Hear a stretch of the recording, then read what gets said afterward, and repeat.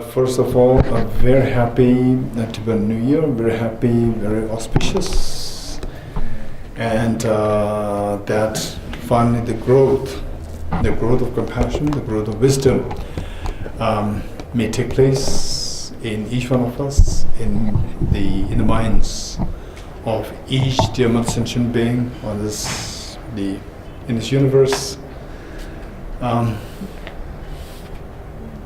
So in Tibet, and also all in the Himalayan range, of course there are different times as to when one observes the New Year.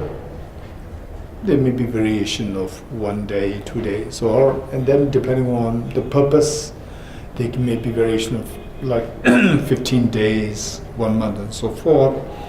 But say on this day, in fact,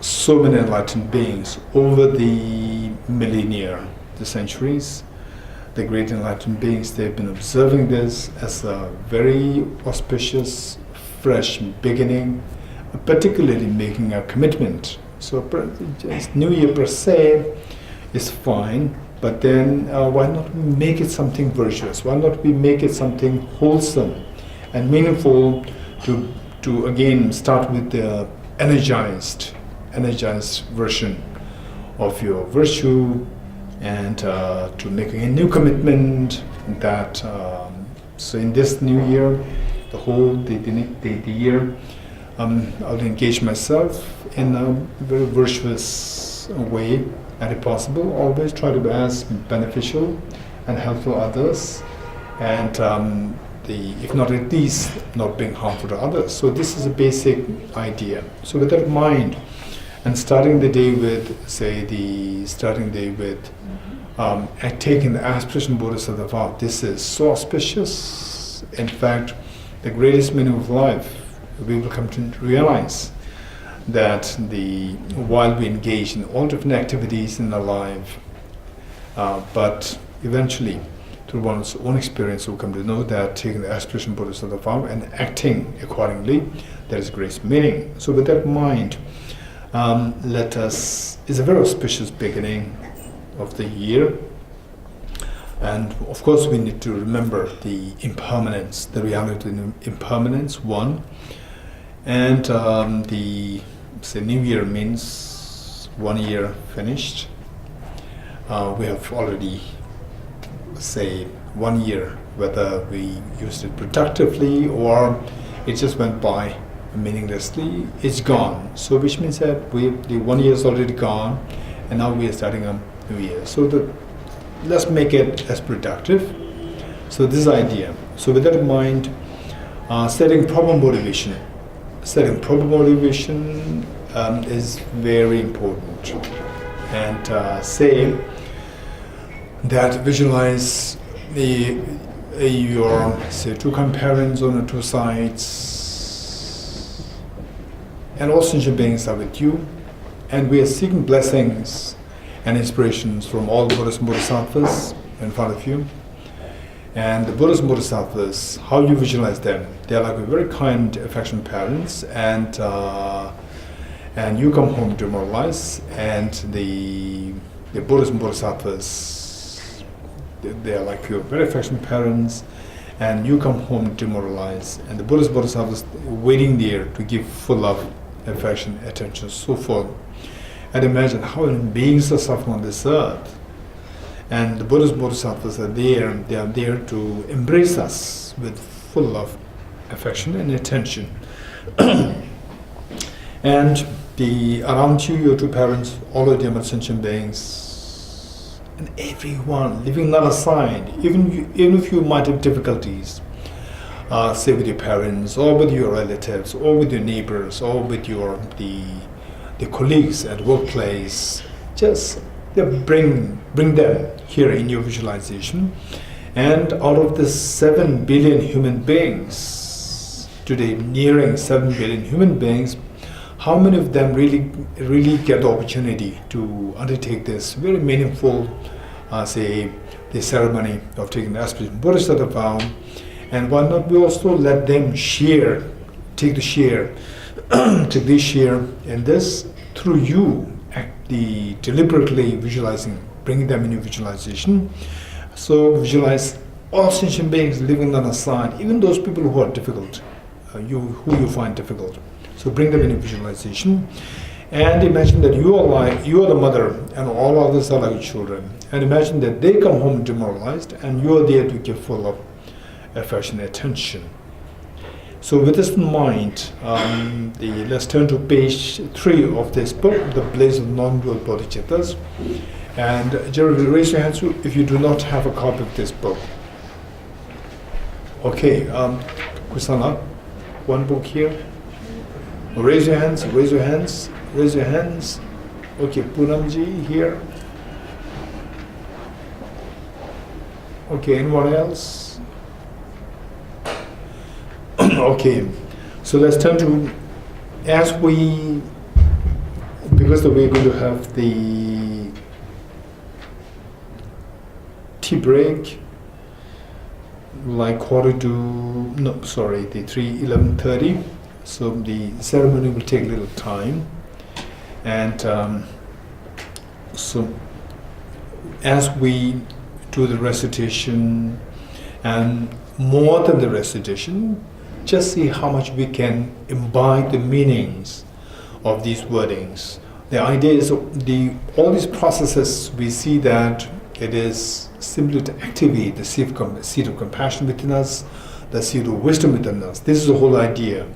And with this, the activation, later on, when you do come across a situation where you meet with, for example, attend His Holiness the Dharma's teachings, or attend the teaching of any other, say, teachers, or you happen to read some Dharma books, you will see that that seed that we have implanted today, on the basis of taking the Aspirational Bodhisattva vow, so that will serve as the main trigger for all the virtues that we're going to generate for oneself and for all others. So the point is that as we recite these things, try your best to let your mind flow in a meaning. Otherwise, oftentimes what happens is that the basic trend of your mind can be very virtuous, but as we read this, it becomes like reading without the meaning being reflected. So try your best to, so while we spend 1.5 hours here, the purpose is accomplished, or you extract the greatest meaning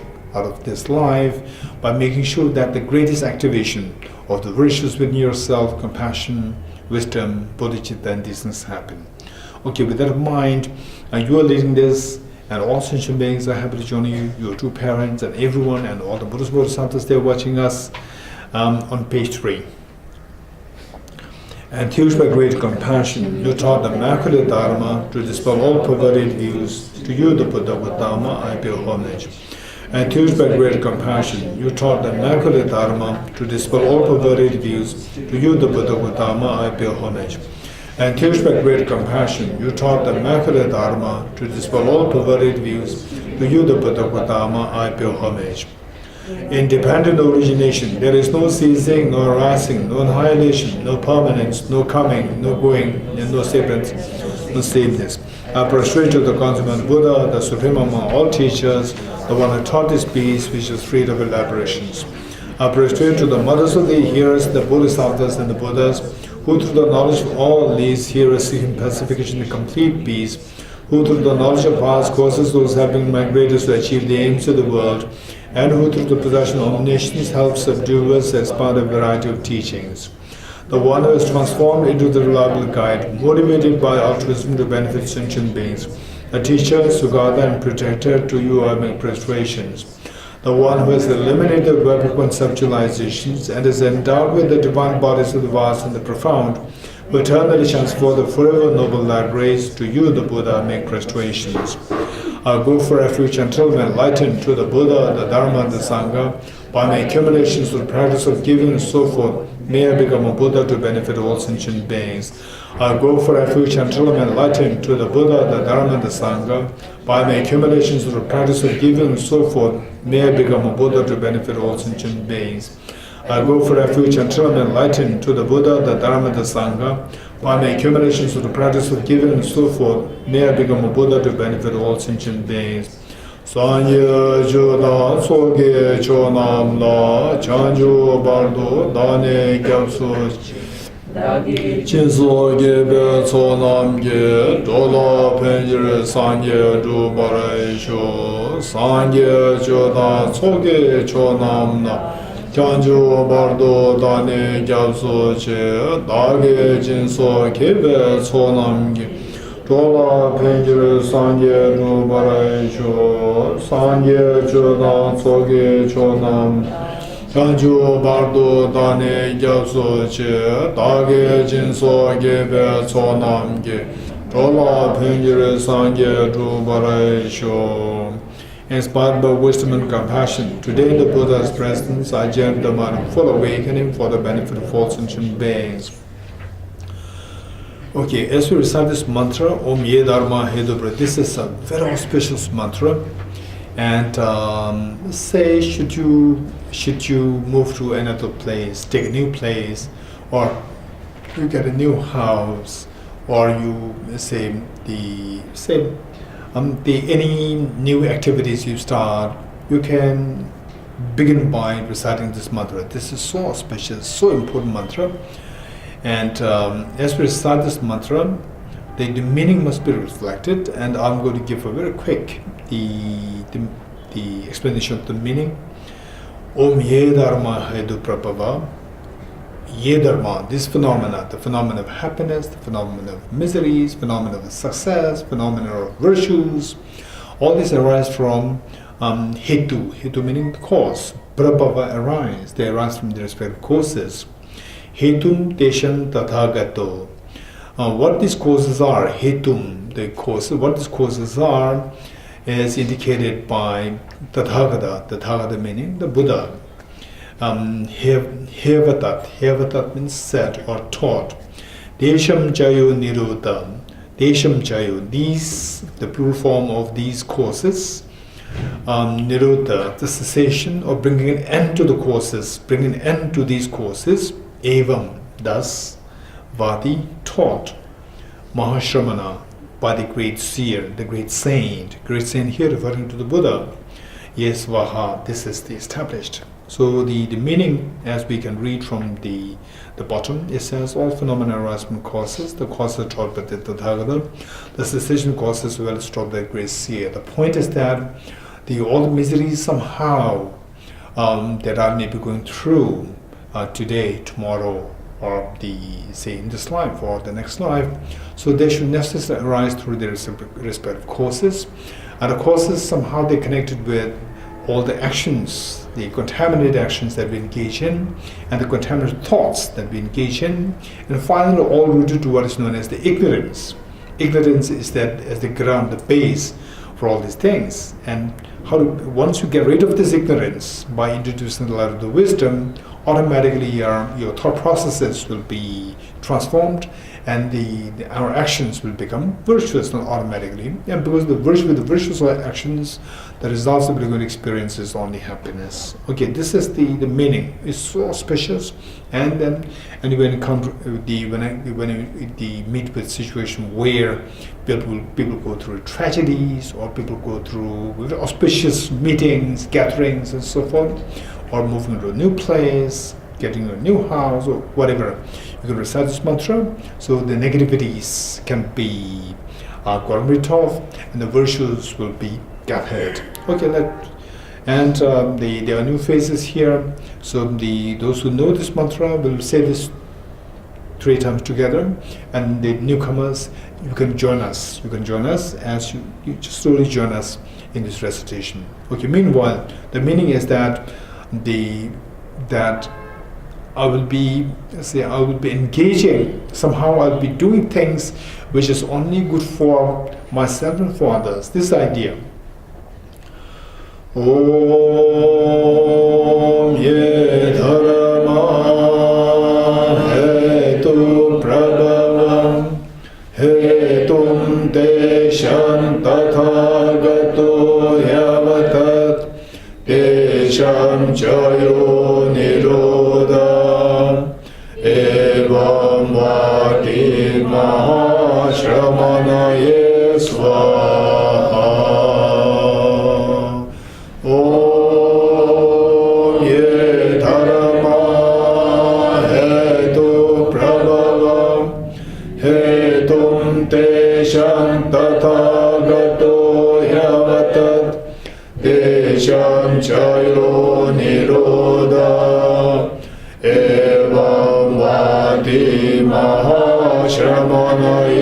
Swaha.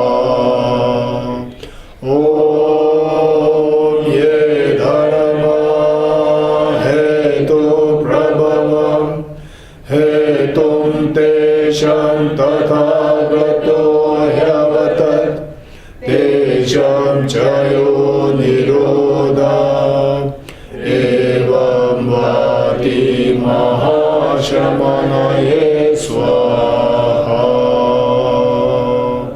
Page 5, the end of the last stanza. All phenomena arise from causes. The causes are taught by the Tathagata. The cessation of causes as well as taught by the great seer. Okay, page 6. A profound, peaceful, elaboration-free, clear light and non-composite. Such is the nectar-like dharma I've discovered. Finding no one to fathom this teaching, in silence I'll retire to the woods.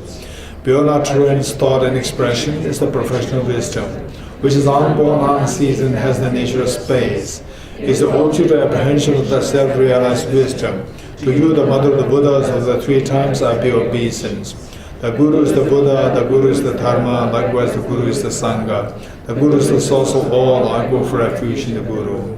By the sound of the vibrant drum of Dharma, please liberate all beings of miseries. I beseech you to kindly remain and give teachings until the end of expanse of billions of aeons. The Buddha does not watch the negativities of beings, nor does he remove their miseries by his hands. His spiritual realizations are not transferred to them. It is by teaching the truth of suchness that the beings are liberated. With folded hands, I beseech the Buddhas of all directions to shine the light of Dharma for all bewildered miseries gloom. If you are attached to this life, you are not a spiritual practitioner. If you are attached to samsara, you have no renunciation. If you are attached to your own self-interest, you have no bodhicitta. If there is grasping, you do not have the view. Okay, let's turn to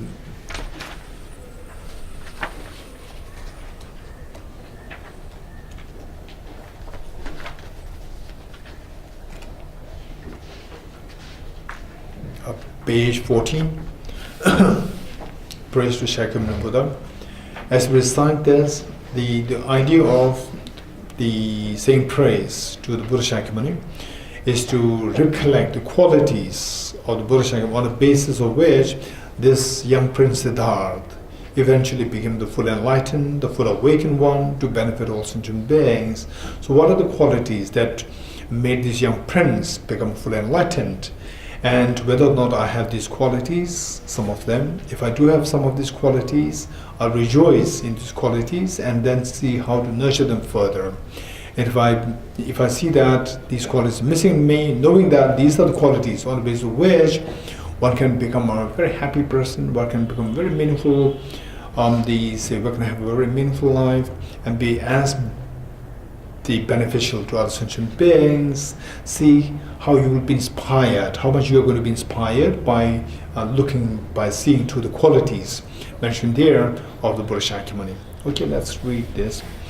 To the founder, the endowed transcendent destroyer, the one gone beyond, the full destroyer, the completely perfected, full awakened being, perfect in knowledge and in good conduct, Sugata, know the world, supreme guide of human beings to be tamed, teacher of gods and human beings, to you the complete and full awakened one, the endowed transcendent destroyer, the glorious conqueror, a scepter from the Shakya clan, I prostrate, make offerings and go for refuge.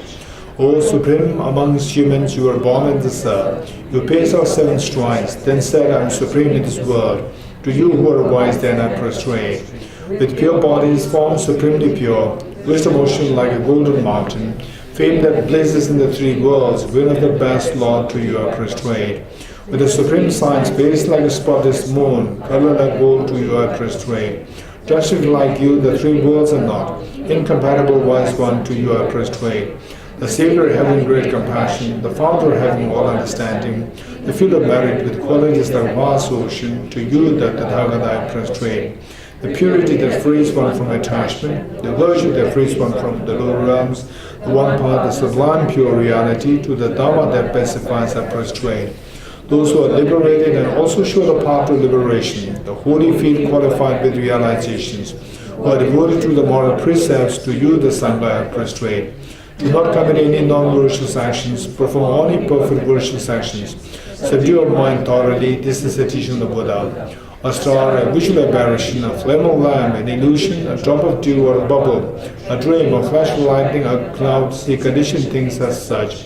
Through these merits may sentient beings attain the rank walls, subdue the four walls, and be delivered from samsara's ocean, but tread by the waves of aging, sickness, and death. Okay, let us turn to Heart Sutra, which is on page 29. Page 29, Heart Sutra. Okay,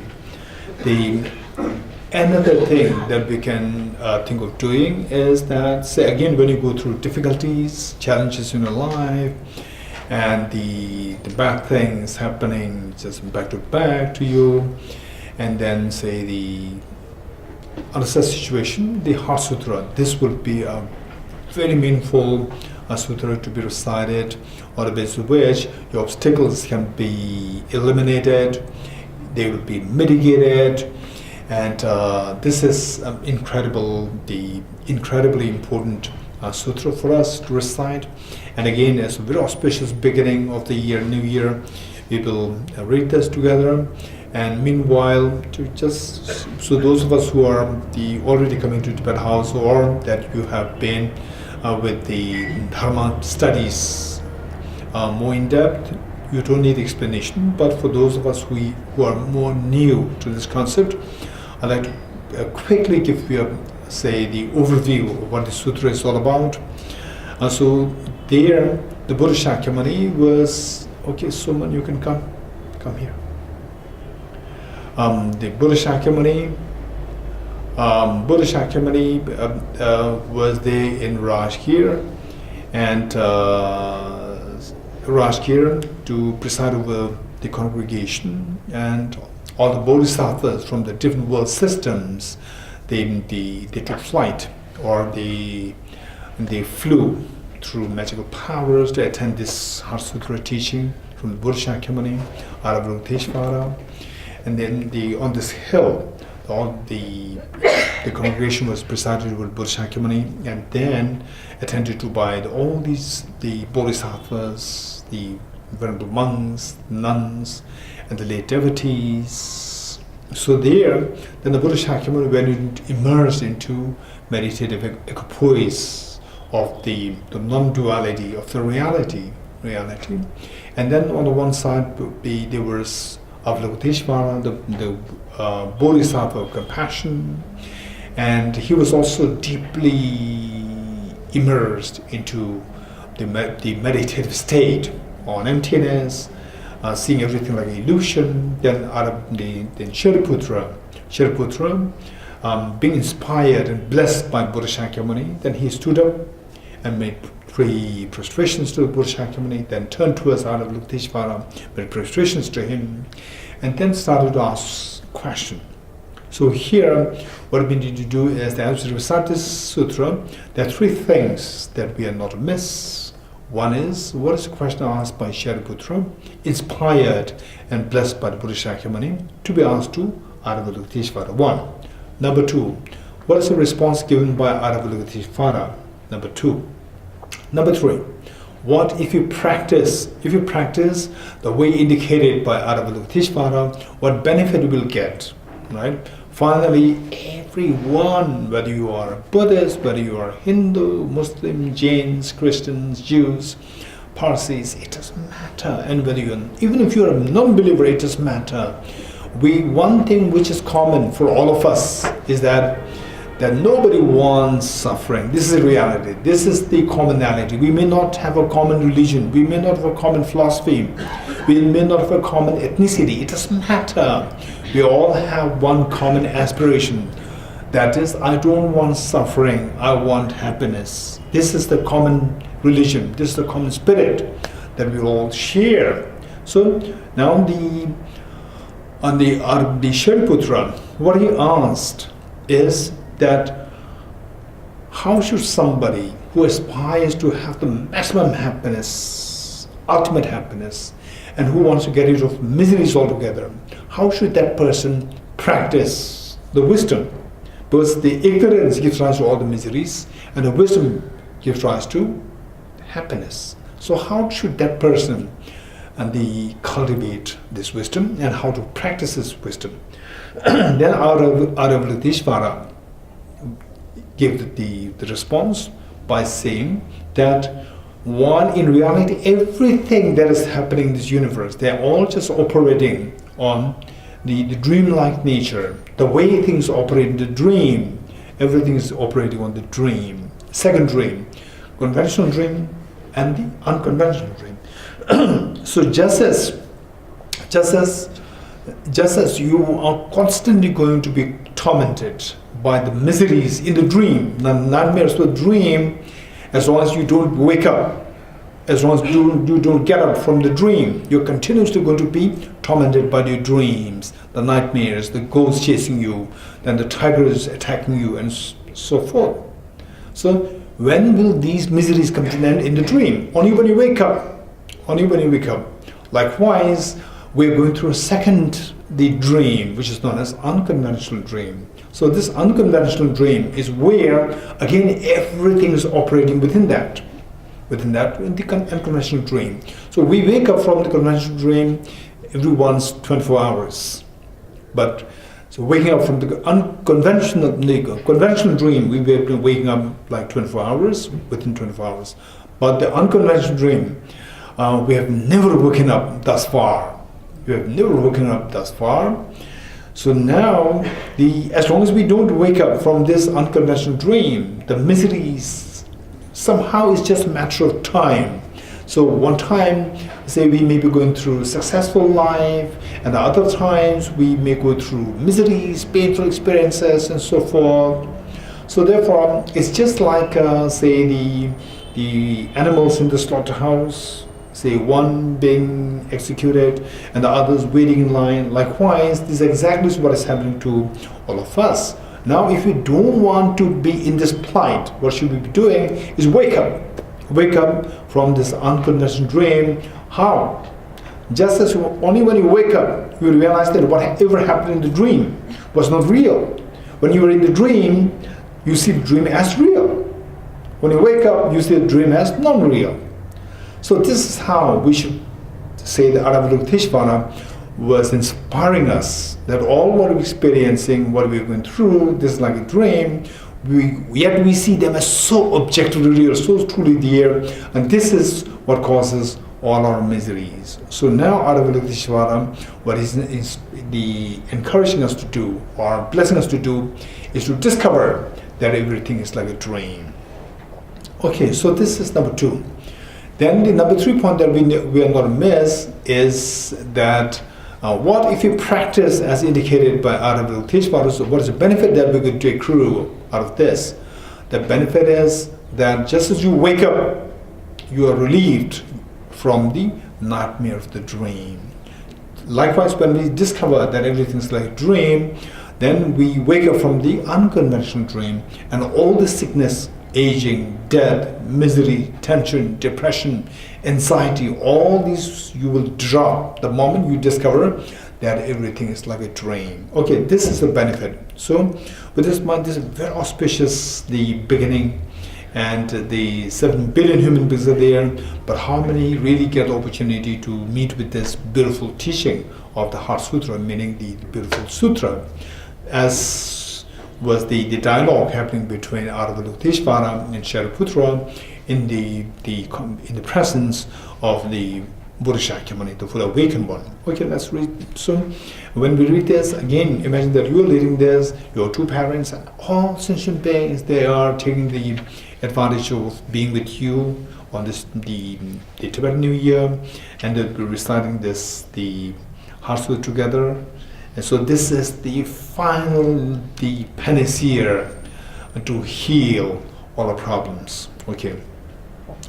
Prostrate without a tribulation. Thus did I hear at one time the Buddha was dwelling on Mars of Valshis mountain at Rajgriha, together with a great community of monks and a great community of bodhisattvas.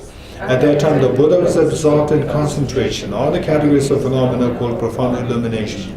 Also at that time, the Bodhisattva Mahasattva Aravidukateshvara looked upon the very practice of the profound illumination of wisdom, and behold, those five aggregates also as empty of inherent nature. Then through the part of the Buddha, the Venerable Shariputra said this to the Bodhisattva Mahasattva Aravidukateshvara. How should a Shariputra being who wishes to practice the activity of the profound perfection of wisdom train? He said that, and the Bodhisattva Mahasattva Aravidukateshvara said this to the Venerable Shariputra. Shariputra, any daughter of some of the lineage who wishes to practice the activity of the profound perfection of wisdom should look upon it like this, correctly and repeatedly beholding those five aggregates also as empty of inherent nature. Form is empty, emptiness is form. Emptiness is not other than form. Form is also not other than emptiness. In the same way, feeling, discrimination, composite factors, and consciousness is empty. Shariputra, likewise, all phenomena are empty, without characteristic, unproduced, unceased, stainless, not without stain, not deficient, not fulfilled. Shariputra, therefore, in emptiness there is no form, no feeling, no discrimination, no composite factors, no consciousness, no eye, no ear, no nose, no tongue, no body, no mind, no visual form, no sound, no smell, no taste of touch, no object of touch, and no phenomenon. There is no I element and so on up to it, including no mind element and no mental consciousness element. There is no ignorance, no extinction of ignorance and so on up to it, including no aging and death and no extinction of aging and death. Similarly, there is no suffering, origination and cessation and path. There is no exalted wisdom, no attainment, and also no non-attainment. Shariputra, therefore, because there is no attainment, Bodhisattvas rely on and dwell in perfection of wisdom, the mind without obscuration, thus without fear. Having completely passed beyond error, they reach the end point of nirvana. All the Buddhas who dwell in the three times also manifestly completely awaken to unsurpassable, perfect, complete enlightenment in reliance on the perfection of wisdom. Therefore, the mother of the perfection of wisdom, the mother of great knowledge, the unsurpassed mantra, the mother equal to the unequaled, the mother that totally pacifies all suffering, should be known as truth, since it is not false. The mother of the perfection of wisdom is declared, Yata Om Gade Gade Para Samgade Bodhi Swaha. Shariputra, the Bodhisattva Mahasattva, should train in the profound perfection of wisdom like that. Arose from that concentration and commanded the Bodhisattva Mahasattva Aravidukateshvara, saying, well said, son of the lineage, it is like that, it is like that. One should practice the profound perfection of wisdom just as you have indicated, even the Tathagatas will rejoice. The Buddha, having thus spoken, the Venerable Shariputra, the Bodhisattva Mahasattva Aravidukateshvara, those surrounding the entirety, along with the world of gods, humans, asuras, and gandharvas, were overjoyed and highly praised that spoken by the Bhagavan. Okay, let us recite a mantra.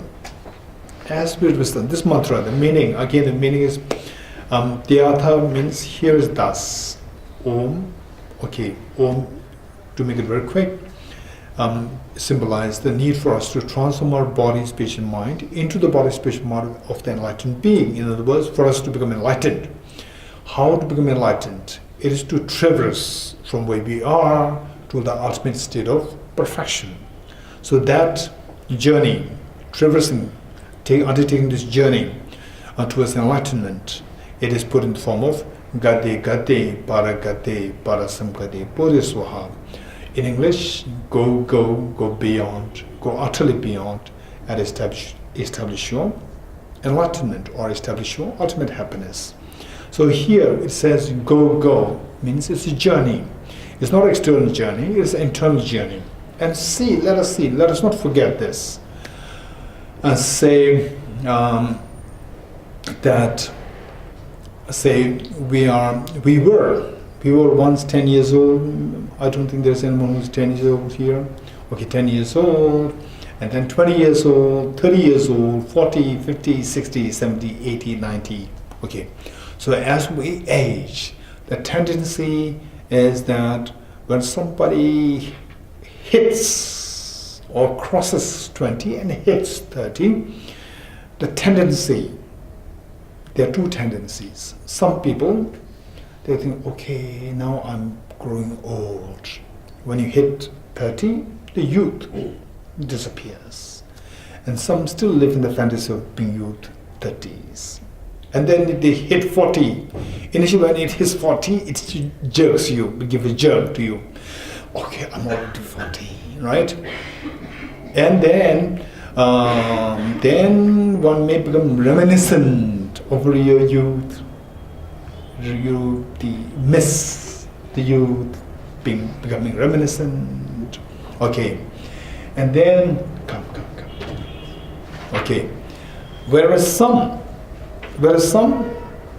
say as they hit 40, 50s, 60s. Okay, so for some, instead of becoming reminiscent over the past, right, they feel happier. Right? Same as one. In other words, some people as they age, they tend to miss the youth, and for some, as they age, they become happier. Right? Okay. If one starts to miss the youth as we become older, which means that now, from that point onwards, you'll never feel happy. Okay. So another question is, how can one make yourself in such a way that as you age, you become happier and happier? How to make it possible, right? Money doesn't guarantee that 100% money, position. No, they do not guarantee these things, right? What really makes you happier is only if we know how to undertake this journey. Gate, para samvade. Imagine that you are in a school, boarding school, then you miss your parents, and now the school is coming to the end of the year, nearing your winter vacation, and you become more and more happy. Oh, I'm not going to see my parents. Okay, so if we undertake this journey, gate, so this is kind of the experience that we're going to get, that we become happier. It does happen, which means that you are extracting the greatest meaning out of life, and that you are being wisely kind with yourself. Whereas if you become sadder, more sad, and then you start missing your youth more and more, which means that we are not actually undertaking this journey, gate, para gate, right? Okay. The next question is, how can we actually take this journey? For those, many of you already, seeing the need, the importance, the significance and importance of this journey. And some of us, we are more new to this. So the question is, how can we make this journey, undertake this journey? So this journey is what? The journey of the wisdom and the journey of compassion. Finally, these are two things where your happiness is guaranteed while not negotiating your happiness. Your happiness forever increases rather than being negotiated. And meanwhile, your compassion and the wisdom grows. So this wisdom will give you the sense of fearlessness, and the compassion will expand your love and affect, happiness, the joy. So these two things, if you can undertake a journey in your life, and we can't expect that, okay, so these two things are to be taken care of when I go to Tibet house or when I attend the teaching of this orders, then I will put focus on this. Otherwise, okay, this can be done later on. No. Every day, see how much you can be mindful and see how much you can do that.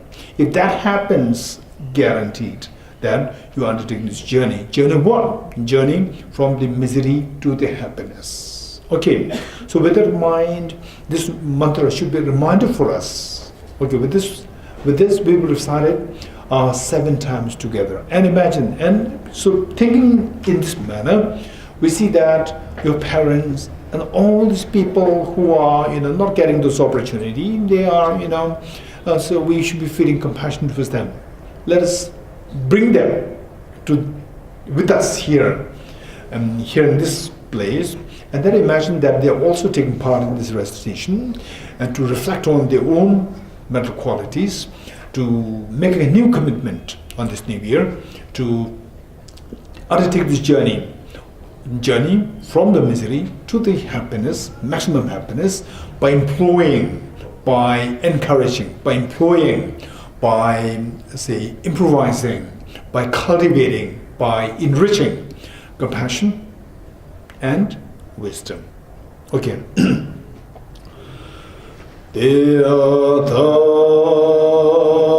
Om Gati Gati Paragati Parasamgati Bodhisvatyata Om Gati Gati Paragati Parasamgati Bodhisvatyata Om Gati Gati Paragati Parasamgati Bodhisvatyata Om Gati Gati Paragati Parasamgati Bodhisvatyata Om Gati Gati Paragati Parasamgati Bodhisvatyata Om Gati Gati Paragati Parasamgati Bodhisvatyata. Okay, let's turn to page 39. Page 39. The foundation of all good qualities. So this is like the main structure, the main skeleton, the main structure of the following this journey, Gati Gati, how actually to follow this journey. So that is going to be explained here in these 14 verses. Okay. Just see how much we can impart the meanings of the presented there. Foundation of all good qualities is the kind and perfect pure Guru. Correct devotion to him is the root of the path. By clearly seeing this and applying great effort, please bless me to rely upon him with great respect. Understanding that the precious freedom of this rebirth is found only once, is greatly meaningful and is difficult to find again. Please bless me to generate the mind that unceasingly day and night takes its essence. This life is as impermanent as a water bubble. Remember how quickly it decays and death comes. After death, just like a shadow follows the body, the results of virtues, the non-virtues come or follow. Finding firm and definite conviction in this, please bless me always to be careful to abandon even the slightest negativity and accomplish all virtuous deeds. Samsaric splendors are unsatisfying and unreliable. Seeking them is the door to all suffering. Recognizing these shortcomings, please bless me to generate a strong wish for the bliss of liberation. That by his pure thought, mindfulness, and alertness in great question arise. Please bless me to accomplish this essential practice. Just as I have fallen into samsara, so for all mother my creator beings, please bless me to say there is trained in supreme bodhicitta and bear the responsibility of my creator beings. Even if I develop bodhicitta, but I don't practice the 3 types of morality, I'll not achieve enlightenment. With my clear recognition of this, please bless me to practice a bodhisattva with great energy. Once I pacify distractions with wrong objects and correctly analyze the meaning of reality, please bless me to generate quickly within my mind stream the unified path of common abiding special insight. Having become a pure vessel by training in the general path, please bless me to enter the holy gateway of the fortunate ones, the supreme Vajra vehicle. At that time, the basis of accomplishing 2 attainments is keeping pure vows in Samaya. As I become firmly convinced of this, please bless me to practice these Then, having realized the importance of the two stages, the essence of Vajrayana, by practicing with great energy, never giving up the 4 sessions, please bless me to realize the teachings of the Holy Guru. Like that, may the Guru who showed the noble path and the spiritual friends who practice it have long lives, please bless me to pacify completely all out and inner hindrances. In all my lives, never separated from perfect Gurus, may enjoy the magnificent Dharma by completing the qualities of the stages and the paths, may I quickly attain the state of Vajradhara.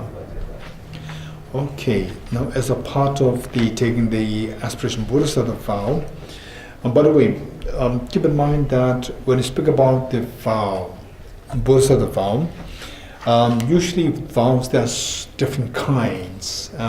Within the context of the Bodhisattva vow, there are 2. One is the taking the vow in the form of aspiration the bodhicitta, and the another one is the engaged bodhicitta. So if you are to take the second one, engaged the Bodhisattva vow, and that requires a lot of the commitments.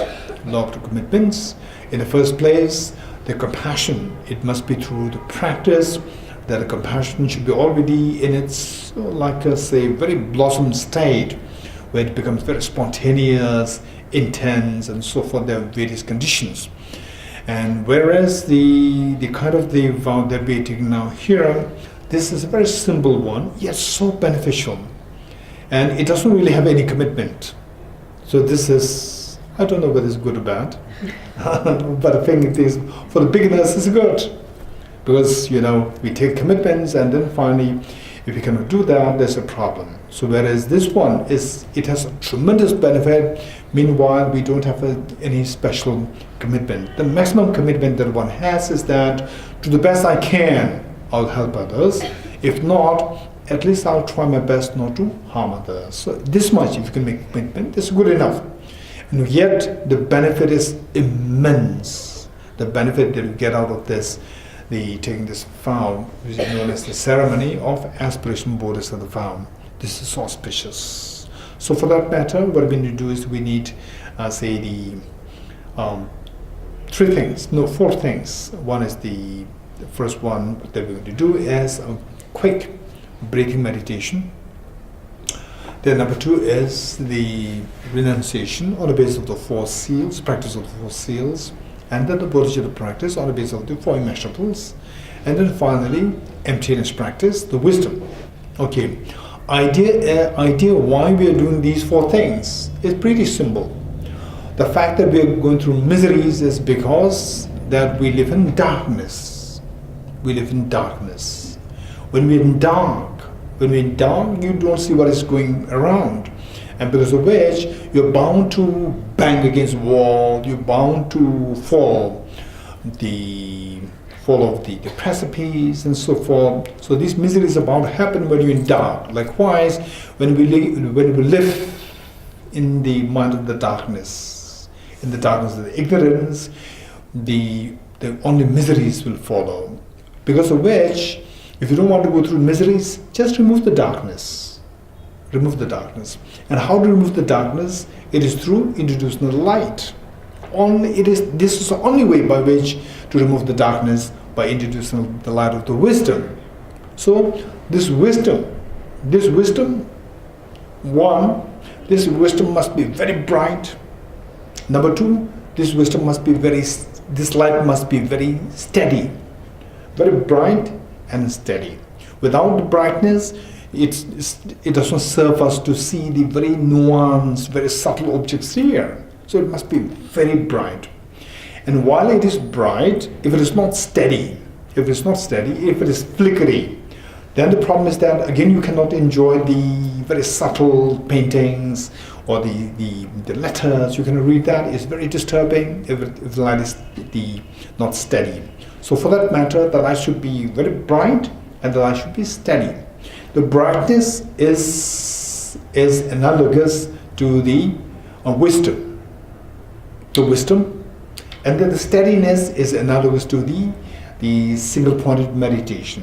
So we need single-pointed meditation, build your mind to wisdom, steady, and number 2, we need to have cultivate the wisdom of emptiness, to wake up from the sleep of ignorance, so that the brightest of this wisdom is the wisdom to see the reality of how everything is like a dream. Number two, and even if you have a very bright wisdom, very bright light there, and say if the light is in the other room, and then if you don't have, if you don't feel the urgency, if you don't feel the sense of urgency, then all these people, they want to read this, the important book, the Bliss of Noble Bodhisattvas, but there's no light there, and you know that there's a light, very bright light, steady light there in the next room, and then say you don't feel inspired, or you don't feel enthusiastic to stand up and get a light for you, right?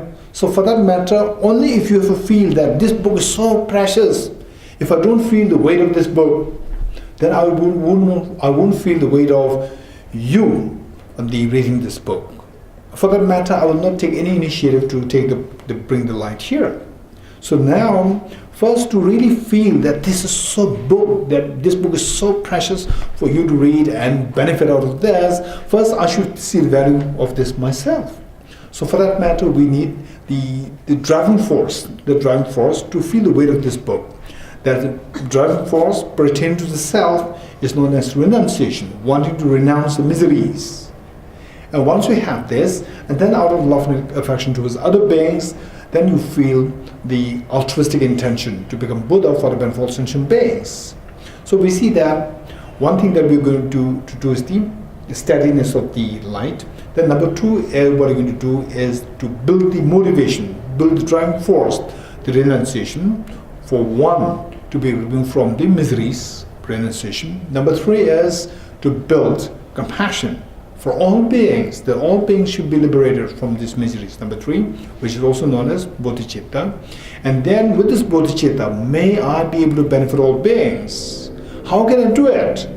By perfecting myself. How to perfect myself? By cleansing my defilements. How to do that? By this wisdom, by this very bright wisdom. So the wisdom is brought in, wisdom of emptiness. Okay, so for this reason that we see the need for these 4 points. So what are we going to do, undertaking the Aspirational Bodhisattva vow is done on the basis of these 4 practices. Okay, so very quickly what we do is 5 minutes breathing meditation.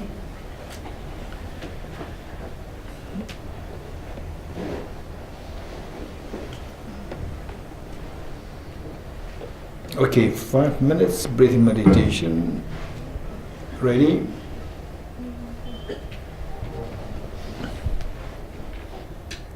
Okay, 5 minutes.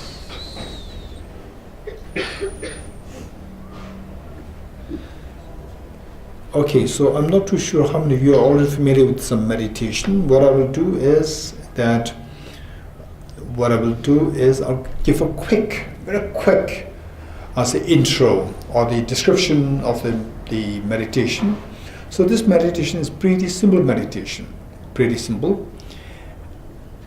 Okay, those are the back sitting, those are the back. There are more space here. If you can come up, you can come up. There's more space here. 4, 5, 6 can come up.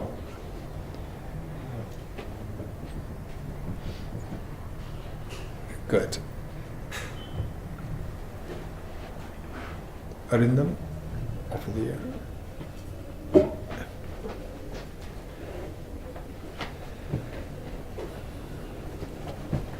Okay, good. Avadhoji, you can come here, wherever you want to hear. Okay, good, wherever.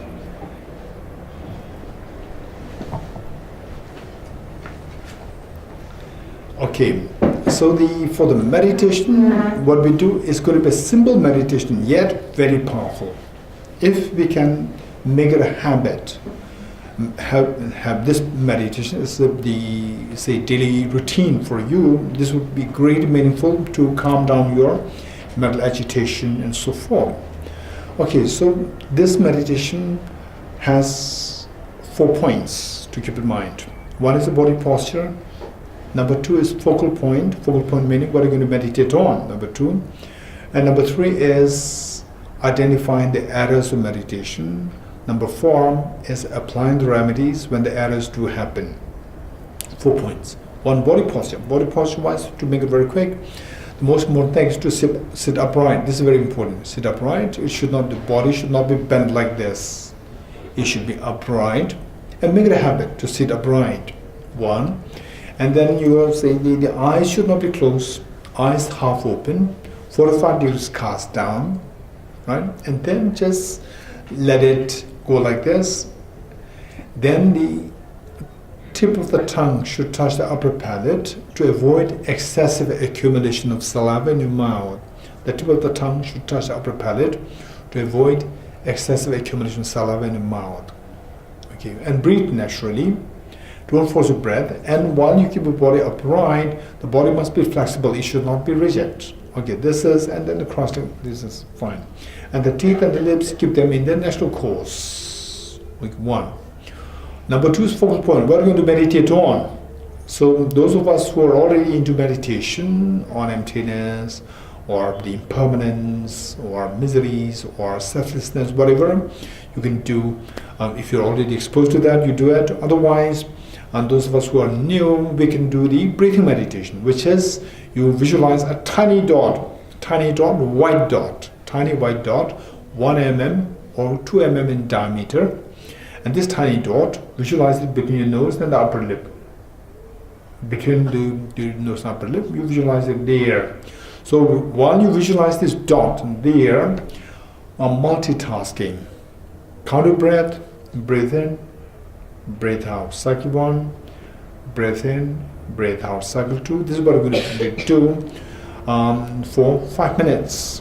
So two things happening together. One is focusing, visualizing a tiny dot, 1 mm in time, 2 mm in diameter between nose and upper lip. And number two is multitasking, counting breath, breathe in, breathe out, breathe in, breathe out.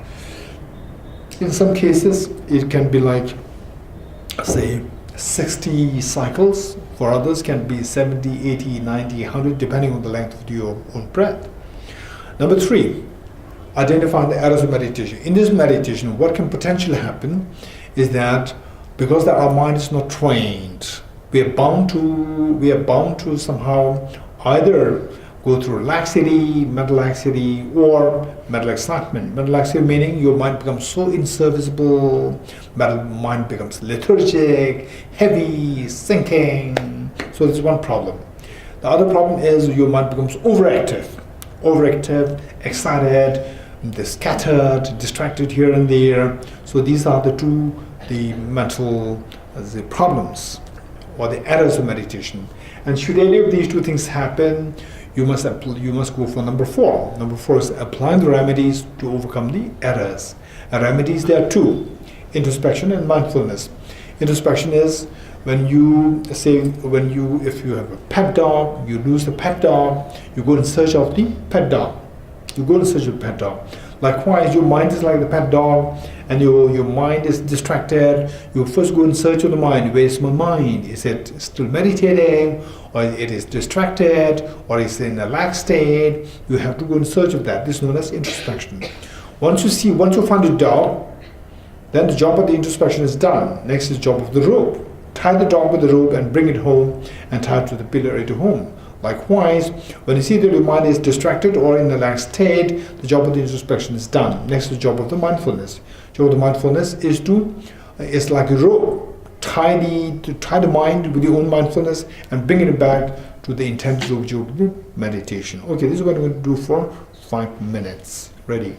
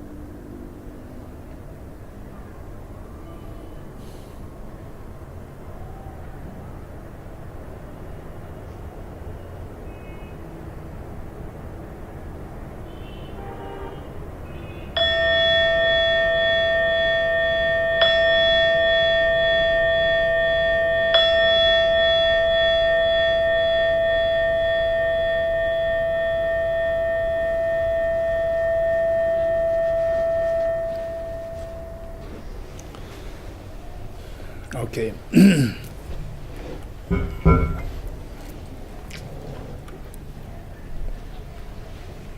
Next is the meditation on the renunciation. The renunciation, people have a misconception. Renunciation, particularly in the context of Buddhism, renunciation, people have the connotation to renounce your happiness, to renounce all the good things that you have. This is not the idea. Renunciation means to renounce your miseries, not to renounce your happiness. Don't forget it. People have a miss the understanding of what renunciation is. And because of which people describe Buddhism as a very self-denial religion, self-rejection and so forth. This is not a connotation. In the first place, when we go to any religion, any spirituality, we don't go there. We don't go there saying that I have so much of happiness, please teach me how to get rid of my happiness. We never go there with this aspiration. We go there with the aspiration that I have miseries, I have problems. Please teach me how to get rid of the problems. So this is why we go to the various religions. So therefore, likewise, Buddhism, renunciation is to teach us how to renounce our miseries, not renounce the happiness. Okay, so with this, very quick, because there'll be a little, we have only about 15 minutes, so therefore we will, okay, by the way, Tenjula, if the guests, they're coming, we have to receive them at the waiting hall. Maybe they may start coming. Yeah. Okay. I think perhaps what we can do is we can jump to the Bodhisattva practice. Bodhisattva practice. For that matter, reinforce the visualization of Buddha Shakyamuni and all the enlightened beings, His Holiness the Dalai Lama today, the source of ultimate source of happiness on this earth. And He's still with us, and all the enlightened beings, all the Buddhas and Bodhisattvas, and reinforce the visualization of your two parents, all the family members, and all dear sentient beings of the universe, including the animals, the insects, the spirits, the gods and goddesses, and all the fellow human beings. Everyone is with you, and you are inspiring them to come to join in the undertaking the ceremony, and everyone so happily joins you in this. Okay. With this, is going to be the guided meditation. So let us just flow our thoughts according to the instructions. Let us not be reminiscent of the past memories, or let us not anticipate for any future the events. Be in the present moment and try to imbibe whatever instruction is being given to you. First, immeasurable loving kindness.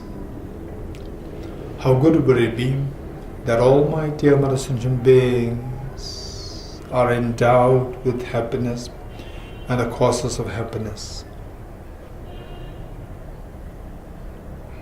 May all my dear mother sentient beings be endowed with happiness and the causes of happiness. Okay, as we say this, even though sometimes it may sound so superficial, it doesn't matter. This is how we start. First we start superficially and slowly become natural. So this is the meaning of cultivation, this is the meaning of enriching. I will take the responsibility that all my dear mother sentient beings are endowed with happiness and the causes of happiness. The Buddhas and Bodhisattvas witnessing that you make such a courageous commitment, they are intensely happy and proud of you. This pride and happiness invokes the compassionate omniscient minds to send forth nectars, very soothing lights towards you and all human sentient beings. The mere touch of the lights and nectars with the bodies makes you yours, instills in all happiness and causes of happiness within the minds of sentient beings through yourself.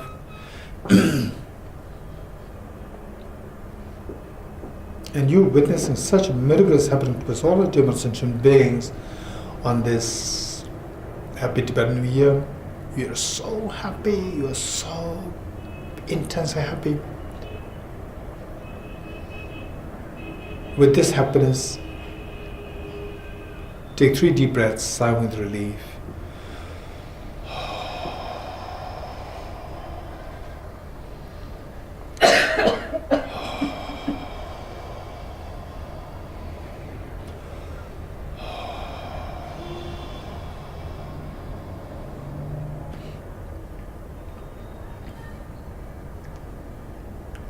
Next, immeasurable compassion. How good would it be that all my dear mother sentient beings are freed from suffering and the causes of suffering. May all my dear mother sentient beings be freed from suffering and the causes of suffering. I'll take the responsibility that all my dear mother sentient beings are freed from suffering and the causes of suffering. Causes of suffering primarily consisting of self-grasping ignorance and self-centered attitude. And all the Buddhas and Bodhisattvas witnessing the living such a courageous commitment, they're intensely happy the way the mother, after all these many years of hardships that she went through in bringing up the children, today the eldest daughter, eldest son, tells the mother, "Mother, please take rest. You have done everything for us. Now I'm already grown up. I'll take care of all my siblings and I will also take care of you. Please take rest." Imagine, in such a disbelief, she couldn't believe her ears that after all these many years of the tremendous hardships, today she's hearing something so pleasant. The tears roll down her cheeks. This is exactly what is happening to all Buddhas and Bodhisattvas. Seeing that you're making such a courageous commitment, they're intensely happy and proud of you. These proud inhabitants invoke their compassionate omniscient minds to send forth nectars and very soothing lights towards you and all dear sentient beings. The mere touch of the lights and nectars with the blossoms of yours washes up all the miseries and the cause of miseries from the sentient beings in yourself. And you witnessing such miracles happening to us all the dear sentient beings, you are intensely happy. Take 3 deep breaths, sighing with relief.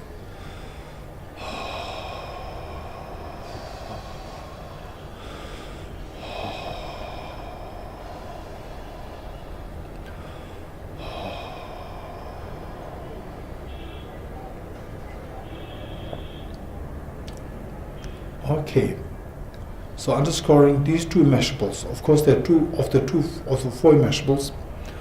Underscoring the 2 immeasurables is the unconditional love towards all dear sentient beings. Just feel that love and affection, unconditional love. Imagine that you are piercing through the eyes of all sentient beings to the extent that each one of them feels themselves as so special in your eyes.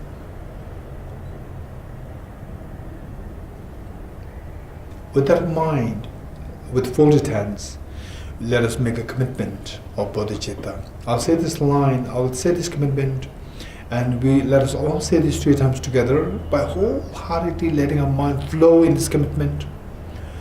May I become Buddha for the benefit of all my dear mother sentient beings.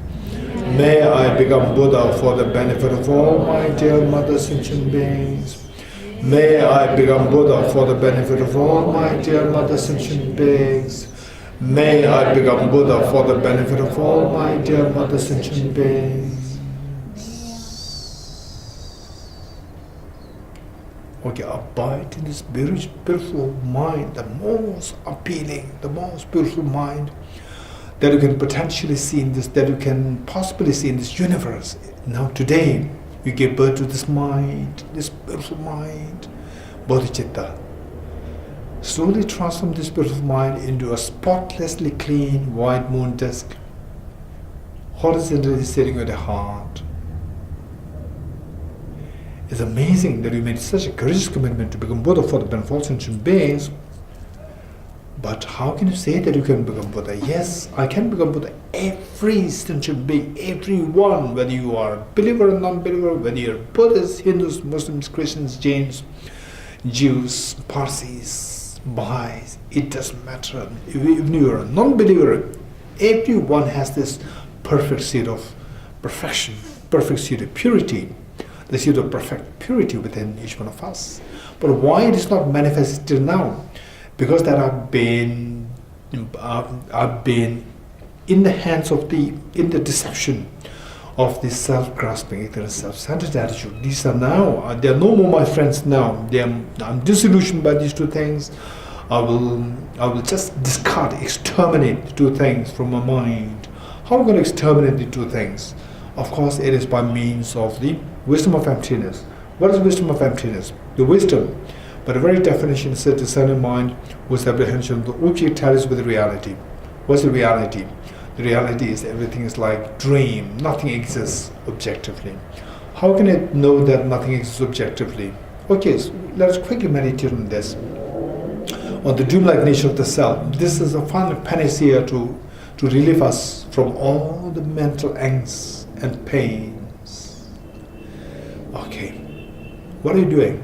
I'm meditating. So what is this body doing? This body is also meditative posture. How does this person appear to you? This self appear to you? Like a dream or like a movie being projected by the movie projector? No, it's not like a movie projected. It's like so solidly there. This is known as self-grasping ignorance. This is deception. How can I know that this is deception? Okay, to explore this, remember what Arjuna said. If the mirage were to be water, were not those close by the mirage see water? In a like manner, if this person truly exists the way it appears so objectively, why don't I see this person as I go closer to this object? Okay, now let us go closer to this object, towards the self. Going closer to this object to see where this person is, we see that a very thin layer of the skin. This is not me. Just discover all those things which are not you. We are looking for this self existing objectively from the object side. And behind this thin skin is the fatty tissues. Behind that is the muscles, cartilages. Behind that is the bones, the skeleton. And alongside the blood vessels, the heart, the lungs, the kidney, the spleen, the gallbladder, and none of these solid parts is person. 100%. None of these is this person who is meditating. Okay, these solid parts constitute the element of earth and the element of water, the blood which is pumped in and out by the heart to the different parts of the body. Even that, of course, that is not me. Then the body, the element of fire, the body heat, of course, that is not me. Then the element of air, the air that I breathe in and out, of course, that is not me. And in space, the body which is consisted of the space. The body is made of millions of atoms, billions of atoms, and the atoms are essentially vacuum in nature. Vacuum in nature. Okay, then the consciousness, even this mind is also not me. The mind is empty of objective existence.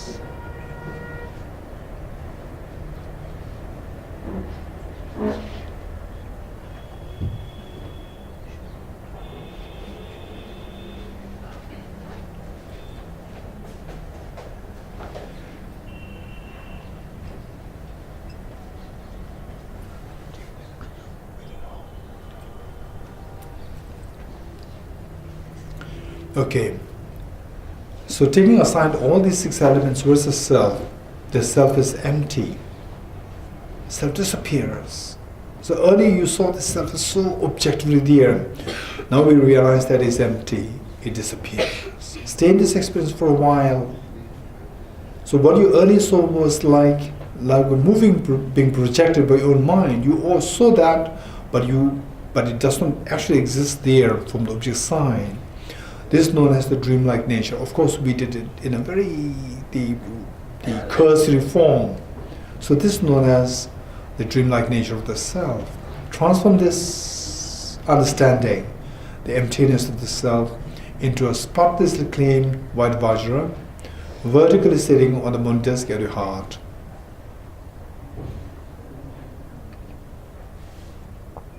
Okay, this is amazing, amazing. So this, the moon disk guarantees that the self-grasping, self-centered attitude is going to be eliminated, and the Vajra will guarantee that the self-grasping ignorance is going to be eradicated, thereby eradicating all the mental stains from your mind. That is where the gold, when mixed with the soil, you don't see the gold glowing there. By eradicating, by removing the soil one by one, by remove the soil slowly, then the gold inside starts to glow. Likewise, by removing this soil, the soil of the self-grasping, self-centered attitude, with the help of the moon and Vajra, the mind starts to glow. It's find purity, find perfection, find enlightenment. It's amazing. So with this tremendous compassion towards your two parents and all our family members, your children, everyone, let us replicate, let these two, the Varshan moon, multiply infinite number of times and share one set with your mother at her heart, one set with your father at his heart, one with each one of your family members, including your children, one with each one here in Delhi, one with each one in the entire universe, the human beings, the gods and goddesses, the spirits, the insects, the cows, the cats, the dogs, all animals, all sentient beings. They have this Varshan moon, amazing. Okay. Meanwhile, don't forget that all Buddhas and Bodhisattvas, they're watching us. They're watching us and are so happy, so proud of you. And why not we invite them to undertake, to be the witness for us while undertaking this journey of the taking Aspirational Bodhisattva vow. So as a gesture of making this request to all Buddhas Bodhisattvas to be a guest and our witness, that slowly stand up to make 3 prostrations, all Buddhas Bodhisattvas, imagining that all sentient beings are joining you in this making prostrations. 3 prostrations together.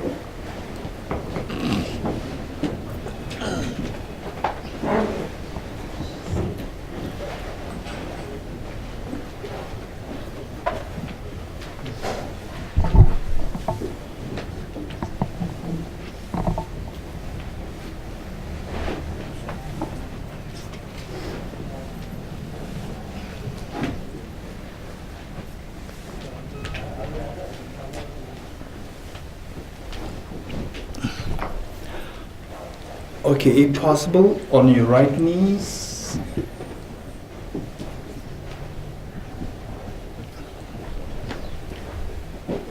If possible, on your right knees.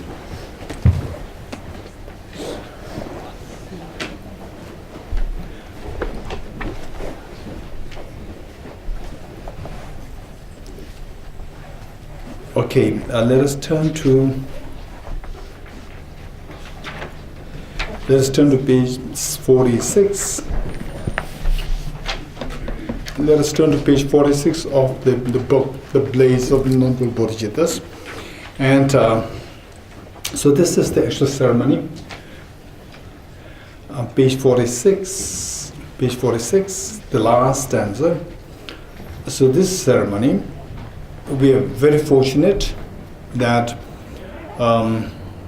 okay, let us directly go to page 47. Page 47, the first and second stanza. This is so auspicious on the new year, to begin the new year with this, taking the Aspirational Bodhisattva vow. In fact, we see that, say, His Holiness the Dalai Lama, say, for him, just to show his face to millions of people get tremendous joy and happiness. So why he has such a power to make everyone so happy just by the others seeing his face, and they find such a happiness which they never experienced before. So it's all because of this practice of bodhicitta that he did in the former lives and in this life. So likewise, we all have that capacity. So we take him as our inspiration, and we follow his footsteps by taking this Aspirational Bodhisattva vow. And should it be the case that His Holiness knows that what is happening today, he would be so happy. In fact, 2013, once he called me up to the hotel where he was staying, and he personally gave me the instruction that this the Bodhisattva, Aspirational Bodhisattva vow, if whenever there's a big gathering happening organized by Tibet House, if you can make it, make this Bodhisattva, the Aspirational Bodhisattva vow, the ceremony take place there, it would be so good. And he gave more instructions. This is exactly what we're doing here, and there are so many faces coming here, and we are doing this. And should he come to know about this, he'll be so happy, so proud. So this is the way we can expect to create the world, say the world peace, harmony in the world. All the dissensions, all the conflicts, unnecessary terrorism, the conflicts and the corruption, they should all dissolve. Somebody be engaged in this, taking the Aspirational Bodhisattva vow. Okay, with that in mind, we're going to read the two stanzas. As we read these two, the thought process that we need to have is just invoke all the bodhisattvas. Imagine that it is like, say you are like a very young girl or young boy, age 4 or age 5, 6, and for the first time in your life you are making public performance, and your parents are so happy, so proud. They join the audience and waving their hands to you, saying that don't worry, we are there, we're watching you. You feel so proud that your two parents are watching you. What are you doing there? So likewise, what are we doing? All the bodhisattvas, His Holiness, that Buddha Shakyamuni, His Holiness, they are so happy, so proudly, with great excitement, watching us. What are we doing here to cultivate this, the good thought of the incredible compassion of bodhicitta for the benefit of all sentient beings. So the two stanzas we're going to read is that wholeheartedly we need to reflect as follows. The first stanza is related to the Buddhas, all the beings like His Holiness Buddha Shakyamuni. Many lifetimes ago, they were as ordinary as what we are today. But how they have become enlightened today? How they just, for example, the Prince Siddhartha, just one young prince became enlightened, and how many billions of beings over the millennia are being benefited and being driven to such a warm-heartedness and a wisdom. Likewise, today we have His Holiness the Dalai Lama, just with showing his face, and how many millions get such a solace, such the healing and peace. So this all how they come to be successful in that manner is for two reasons. One, initially they generated a very strong mind of bodhicitta, one. And then number two, to fulfill the aspiration of this bodhicitta, they engaged in the practice of the bodhisattvas. Bodhisattva practices like the 6 perfections or the 10 perfections. Okay, in other words, all actions to do to help others. Okay, meanwhile, because it may take a little while, if you feel painful, take your seat in the most comfortable way. The thought process, that is more important for us. Okay, make sure that if you're painful, if you start paining, sit comfortably. Okay, then the second stanza says that just as these enlightened beings, they become enlightened for two reasons, I will also follow their footsteps. One, I will generate this bodhicitta, meaning that may I become Buddha for the benefit of all sentient beings. One. Then number two, after generating this bodhicitta, just as they engage in the bodhisattva practices, I will also engage in bodhisattva practices such as generosity, ethical discipline, patience, enthusiasm, meditative samadhi, and the wisdom, skillfulness, aspiration, the power, and the discriminatory wisdom. So these are the practices that I will also engage in. Okay, so even if you may not remember all these 10 perfections which I cited now, just make a commitment to the best I can, I will help others, and at least I will not harm others. If this is the commitment that we make, that itself is the great the gesture that we're making here. Okay, with that in mind, let's say these two things together. And meanwhile, visualize all your two parents and everyone with you here. Everyone with you, and you are leading this, and everyone is happily joining you, and all the Buddhas, Bodhisattvas, they're watching us with a tremendous excitement and happiness. Okay. Gurus, Buddhas, and Bodhisattvas, please pay heed to me. Just as previous Buddhas have generated the mind of bodhicitta, and just as they successfully dwelled in the Bodhisattva practices, likewise for the benefit of all sentient beings, I'll generate the mind of bodhicitta, and likewise shall I too successfully follow the Bodhisattva practices. Gurus, Buddhas, and Bodhisattvas, please pay heed to me. Just as previous Buddhas have generated the mind of bodhicitta, and just as they successfully dwell in the Bodhisattva practices, likewise for the benefit of all sentient beings, I'll generate the mind of bodhicitta, and likewise shall I too successfully follow the Bodhisattva practices. Gurus, Buddhas, and Bodhisattvas, please pay heed to me. The previous Buddhas have generated the mind of bodhicitta, and just as they successfully dwelt in the Bodhisattva practices, likewise for the benefit of all sentient beings, I'll generate the mind of bodhicitta, and likewise shall I too successfully follow the Bodhisattva practices. Okay, at this point, just feel the joy over having received the Aspirational Bodhisattva vow, and you are so fortunate. You are so fortunate So we truly become the children of the enlightened beings, such as the Buddha Shakyamuni, His Holiness the Dalai Lama, so forth. So this is amazing thing. So meanwhile, don't forget that all the Buddhas and Bodhisattvas, they become so happy over seeing, so proud and happy over seeing that you make such a courageous commitment for the sake of all dear sentient beings. So this happiness, joy and the happiness they experience today invokes the Vajra moon that they have in their hearts to multiply infinite number of times. Then in mirages like rain shower, in mirages they descend to merge with the one that you have visualized in your heart, thereby becoming non-dual, stabilized and blessed.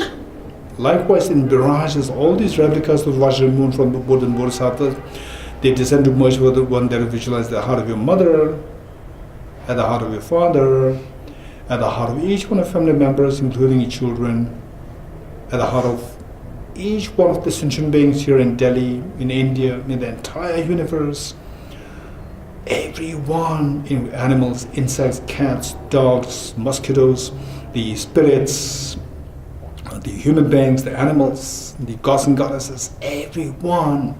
Now they have this Vajra moon at the heart, blessed by all Buddhas, Bodhisattvas.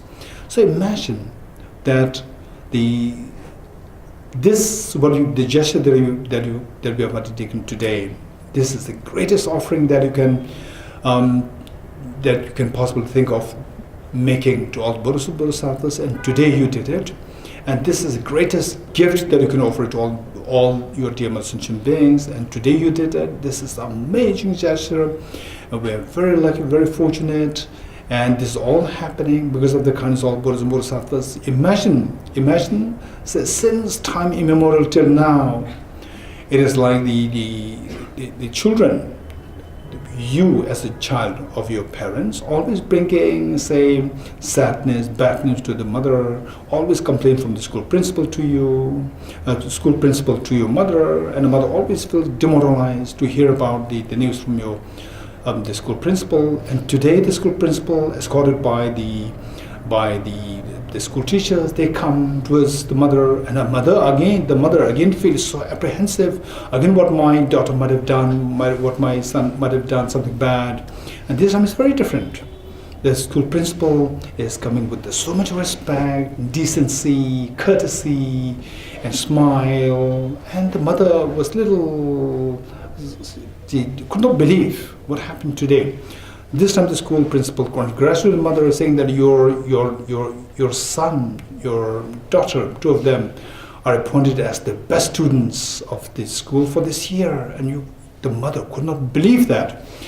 So this is exactly what is happening today. All the Buddhas and Bodhisattvas, seeing that you have done such a great the task of making commitment to work for the welfare of sentient beings by following the footsteps of Buddhas and Bodhisattvas, they feel so happy today, so happy.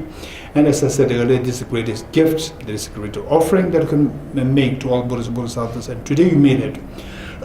And all these things are happening because of the kindness of all the Buddhas and Bodhisattvas, and particularly, say, in this era, today, it's all because of His Holiness the Dalai Lama that we're able to undertake this incredible great gesture of the Bodhisattva vow. So as a gesture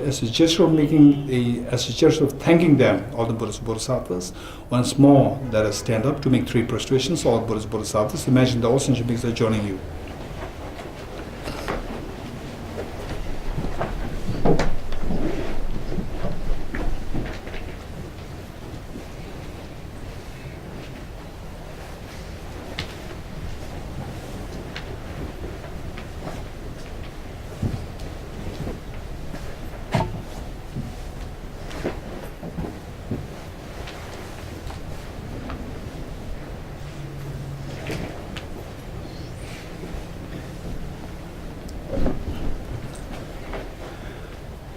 Okay, please take your seats, sit comfortably.